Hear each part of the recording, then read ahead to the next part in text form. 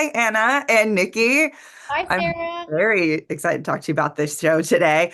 Anna, we have to talk about your wig because it's so good. Yay. Glad you like it. When you came on screen at first, I was like, I know her. Why do I know her? It like completely transformed you. Yeah. So, how did you feel? Was that like the final moment of you figuring out this woman? Or Oh how my did God. you It was like the cherry on top of this like already incredibly complex and interesting person. It just was everything I imagined and more. I knew that I was going to have like 80s hair. I didn't know it was going to be exactly what it was. But I mean, speaking of not knowing, like I walked past Julie Bowen on set when we were having our first camera test. She had no idea it was me. She had no idea. And she would come and she'd be like, Anna, oh my God, I had no idea. It just felt so right when I would sit in the hair and makeup trailer and Katie Ballard, our amazing wig designer, she would like place it on my head and I would just like I would start to like sit differently and act differently. And it just felt like as soon as the wig was on, everything clicked. And it just was so amazing. So I'm glad you liked it. I like miss my wig. We named her Trace. We are like, Trace, I can't wait to see her again. She's like somewhere and I feel like she's lonely and I want to say hi to her. like come back to me? I Come also back. feel like this character is like Sarah from True Blood on crack. Like she's like Yeah. Sarah's mom. Sarah's like related. They're related. They are definitely related. And when I got the role, I got chills a little bit because this is obviously not as campy, no pun intended, as True Blood was. But it kind of prepared me to step into the shoes of Tracy.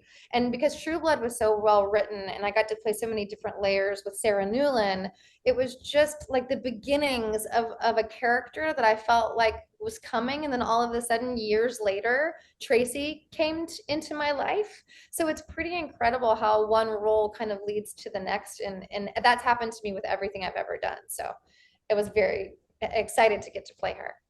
I love that. And Nikki, I'm so obsessed with like the dynamic between the two of you. This is a very like Carrie and her mom kind of a role. Yeah. How was it for you to kind of dive into this like 80s period piece, which is so weird to say that the 80s are now period pieces, I right? know. Into this like dark hysteria world. Yeah. Well, first of all, I'm a huge fan of the 80s. Before, I got the audition, I kind of live in the 80s. I shop vintage. I have a Walkman. I am obsessed with 80s metal. So this show really is like a bucket list kind of thing for me. I've always wanted to live in the 80s. Um, so it really was a dream come true. And yeah, I totally agree with what you said about Carrie. That was definitely something I rewatched. That was kind of an inspiration point. Um, and that dynamic, as intense as it is on screen, it's also so fun because I think there's so many exploration that we did while filming. Me and Anna are great friends off camera, which Which we're not on camera. not on camera. So I think that kind of chemistry and our comfortability level kind of helped to push our limits and really kind of explore that intensity. I love that. And you said you're an 80s heavy metal fan. So now I need to know what was on your character's playlist then to like get into everything.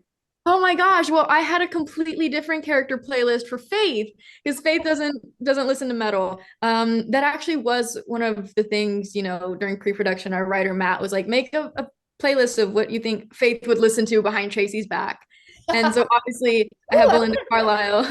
Yeah, I'm exposing Faith right here. Heaven is a Place on Earth, obviously. I also love Madonna. I had a lot of Madonna, uh, Debbie Gibson. Yeah. Tiffany. I love 80s metal, but I also love that 80s pop realm, and to kind of dive into that more was super fun too. And I love that this kind of touches on like that 80s like satanic panic, which I can't even imagine what that's like because I feel like we don't really do that anymore. We're so accepting of weird things.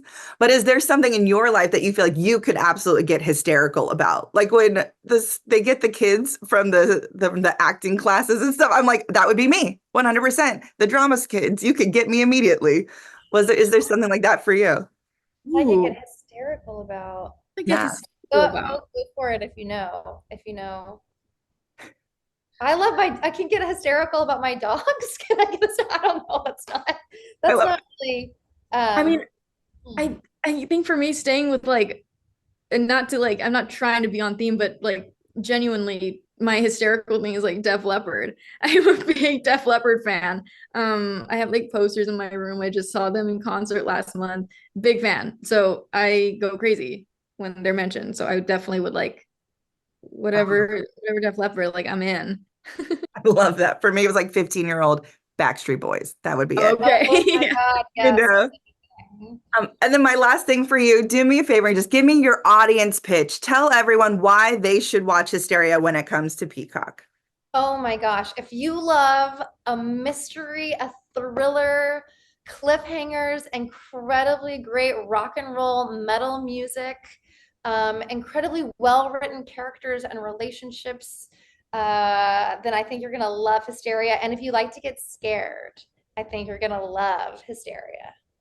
Yeah, I would say if you love horror, if you love psychological thriller, and you love the 80s nostalgia and the wardrobe and the makeup and the music that comes with it, you are definitely gonna love Hysteria.